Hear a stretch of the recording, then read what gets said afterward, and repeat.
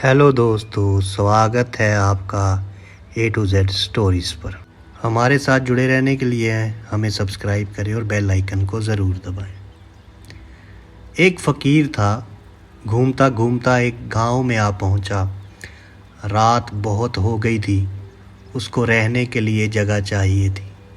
उसने एक घर का किवाड़ खटखटाया। वे घर जुबेदा नाम की एक धनी औरत का था। ये रानी भी हुई। तो उसने वे फ़कीर को आसरा दिया, खाना खिलाया।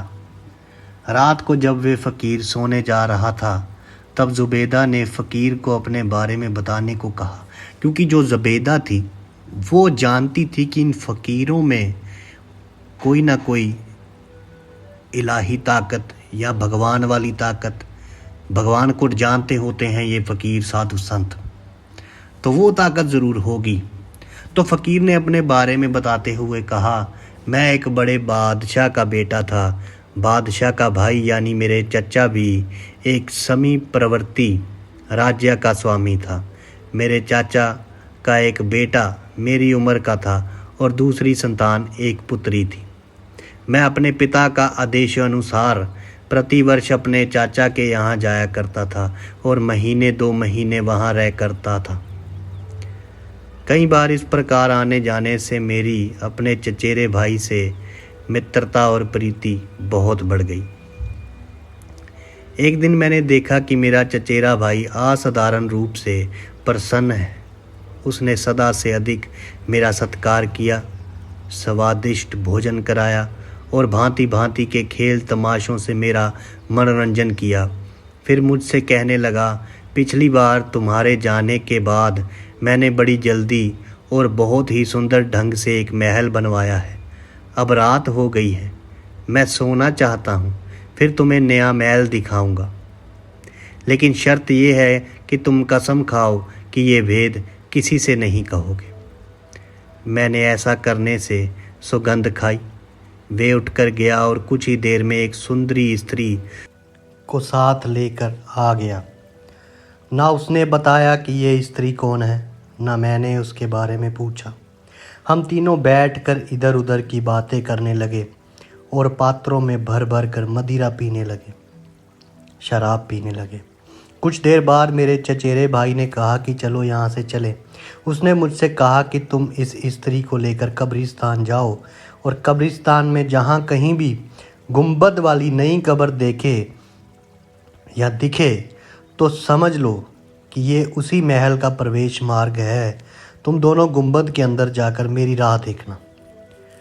मैं उसी स्त्री के हाथ में हाथ देकर बाहर निकला और कब्रिस्तान की ओर चल दिया।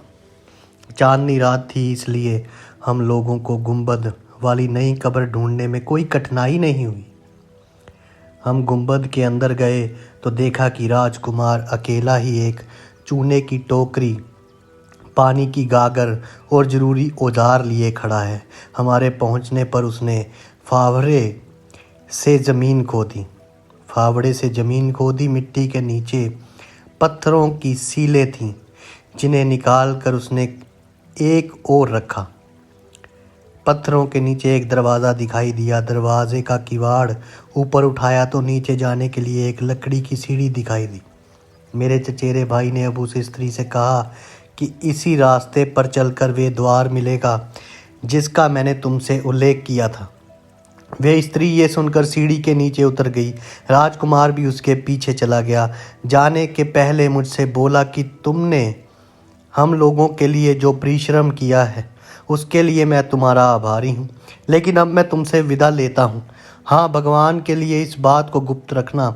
मैंने बहुत पूछा कि तुम कहाँ जा रहे हो और ये सब क्या हो रहा है, किंतु उसने कुछ ना बताया। केवल इतना कहा कि दरवाजे पर मिट्टी डालकर भूमि समतल कर देना और जिस रास्ते से आए हो उसी रास्ते से वापस चले जाना। विवशता मैं दरवाजे पर मिट्टी डालकर अपने चचा के महल को वापस हुआ। मुझे नशा उतरने के बाद खुमार की दशा थी और मेरे सिर में पीड़ा हो रही थी, इसलिए मैं अपने कमरे में जाकर सो रहा। सुबह उठने पर रात को वृत्तांत का स्मरण करके मैं बड़ा चिंतित था। और ये भी सोचता था कि मैंने रात को जो देखा वे स्वप्न था या सत्य था। मैंने एक सेवक से कहा कि तू जाकर देख कि मेरे भाई ने उठकर कपड़े बदले हैं या सो ही रहा है। उसने लौटकर बताया कि वे तो रात को अपने शयन कक्ष में थे ही नहीं और किसी को ये भी नहीं मालूम है कि वे कहाँ गए हैं। इसलिए उनके सेवक और संबंधी सबको बड़ी चिंता है और किसी की समझ में नहीं आ रहा कि क्या करें। मुझे भी इस बात पर बड़ी चिंता हुई और मैं फिर कब्रिस्तान को गया। मैंने सारा दिन गुंबद वाली कब्र को खोजने में लगाया, किंतु वे कब्र नहीं मिली। इसी प्रकार 4 दिन तक मैं कब्रिस्तान जाकर अपने भाई की तलाश करता रहा, लेकिन उसका या उसके मकान का कुछ पता न चला।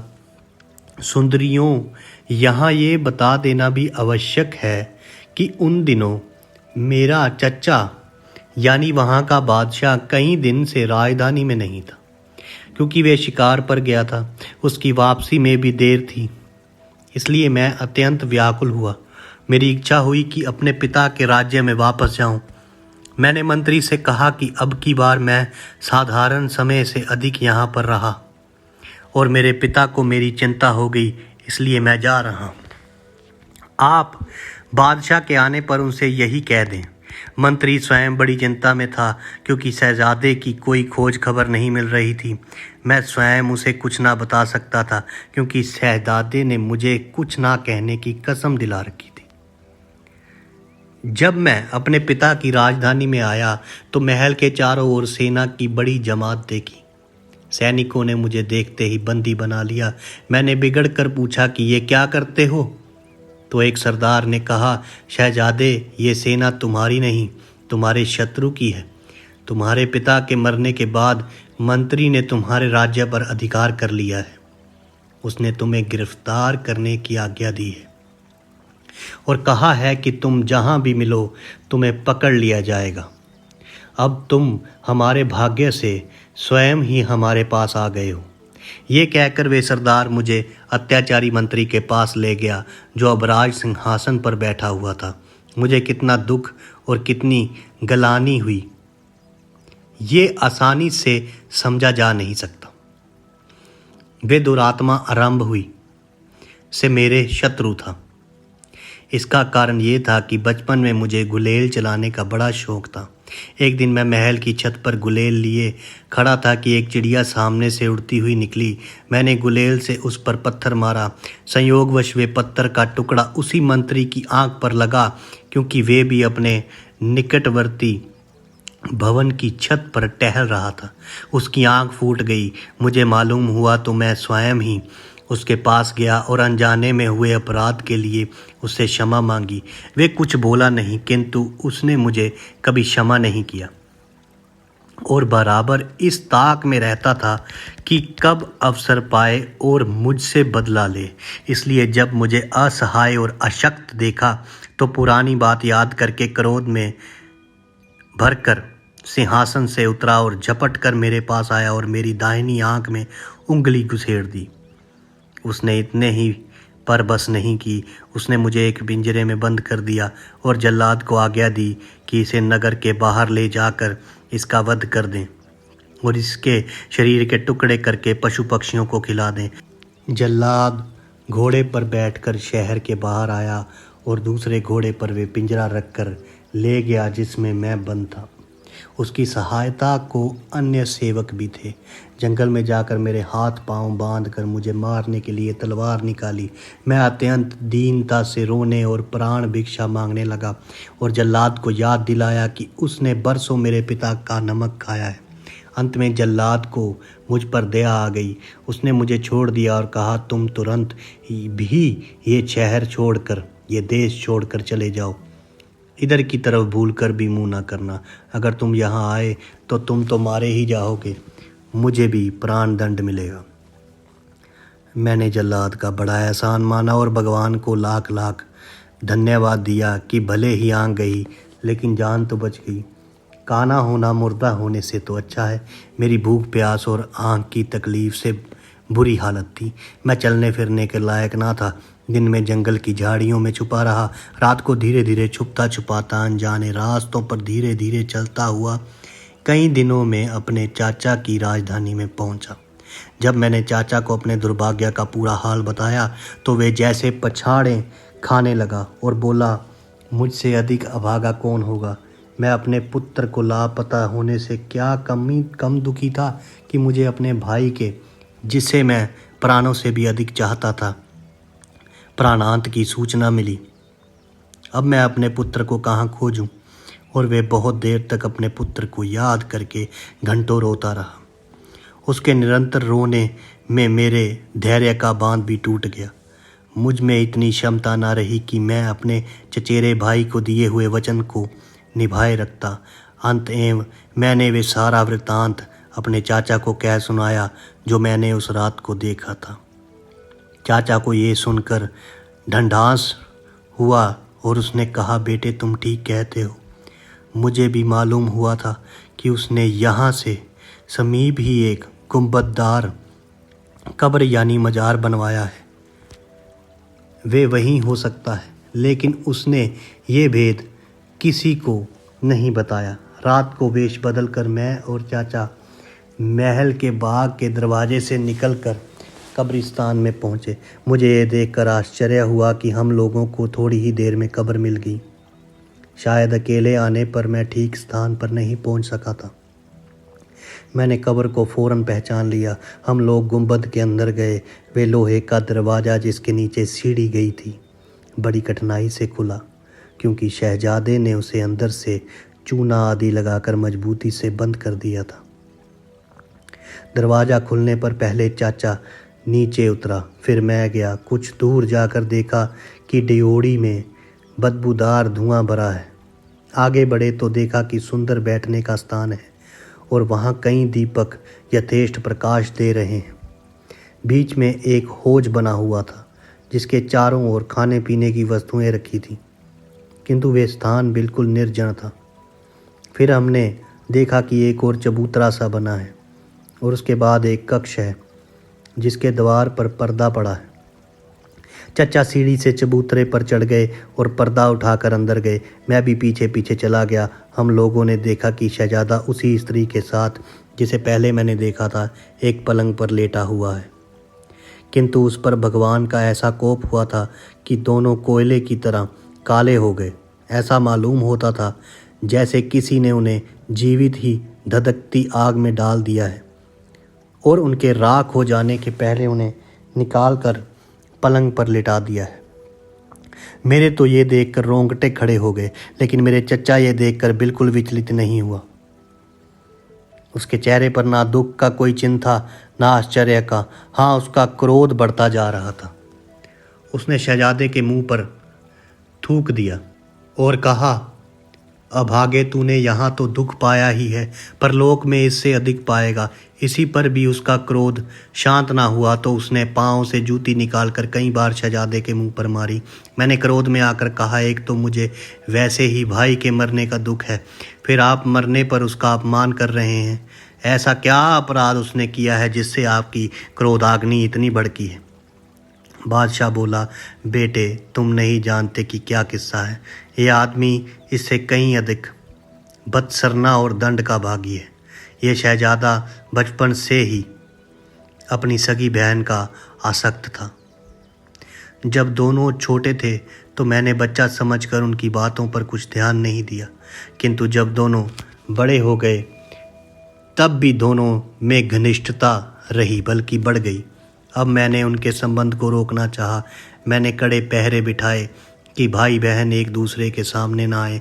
शहजादा अकेला ही कुमार्गामी होता जब तो बात आगे न बढ़ती, लेकिन ये अभागी लड़की उससे भी अधिक नीच निकली।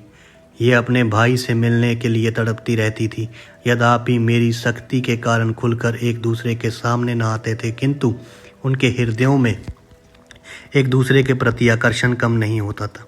अंतएव बहन से सलाह करके शहजादे ने अपने लिए खास तौर से ये गुप्त आवास बनवाया ताकि अवसर मिलते ही दोनों विहार करें। जब मैं शिकार पर गया तो शहजादे को अवसर मिला और वे किसी तरह अपनी बहन को महल से निकाल कर यहाँ ले आया ताकि उसके साथ हमेशा यहाँ रहे। इसलिए उसने बहुत अधिक मात्रा में खाद्य सामग्री भी यहाँ ला रखी। कुछ दिनों ये लोग एक दूसरे के साथ आनंद से रहे होंगे। फिर उन पर ईश्वरीय प्रकोप हुआ और दोनों ने अपने पाप का समुचित फल पाया।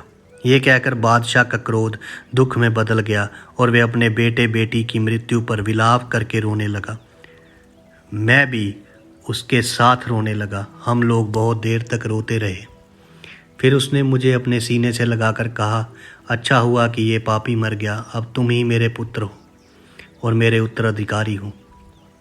फिर मैं और मेरे चाचा मृतक शहजादे की याद करके रोने लगे। कुछ देर बाद हम लोग सीढ़ी से ऊपर चढ़ाए और दरवाज़ा बंद करके उस पर मिट्टी डालकर बाहर आ गए। जब हम लोग राजमहल के पास पहुँचे तो हमने देखा कि फौजियों के घोड़ों की दौड़ने से उड़ी हुई धूल से आकाश अटा जा रहा है और युद्ध के बाजों की ध्वनि से कान फटे जा रहे हैं। मालूम हुआ कि मेरे पिता का वही मंत्री जिसने मेरा राज्य हड़प लिया था, एक बड़ी सेना लेकर मेरे चाचा के राज्य पर भी चढ़ाया है। मेरे चाचा की सेना उसकी सेना से कम थी। उसकी सेना ने बगैर किसी कठिनाई के राजधानी और महल पर अधिकार कर लिया। मेरे चाचा ने अपने अधिकार की रक्षा का भरसक प्रयत्न किया और युद्ध क्षेत्र में कूद पड़ा। फिर भी वे सफल ना हुआ और युद्ध में मारा गया। उसके मरने के बाद भी मैं शत्रु का सामना करता रहा और कुछ समय तक युद्ध भूमि में डटा रहा, किंतु जब देखा कि बिल्कुल गिर गया हूँ तो निकल भागने की सोची। मंत्री की सेना ने एक सरदार ने मुझे पहचाना और पुराने बादशाह की नमक हलाली के ख्याल से मुझे बच निकलने का अवसर दे दिया। मैंने युद्ध भूमि से निकलकर पहला काम तो ये किया कि दाढ़ी मूछें और भवें सफ़ा चट करवा दी ताकि दुश्मन मुझे पहचान न सके, और फ़कीर के कपड़े पहन लिए। फिर बड़े कष्ट उठाता हुआ अनजाने रास्तों से होकर अपने चाचा के राज्य के बाहर निकला। फिर कई नगरों में फ़कीर बनकर घूमता रहा।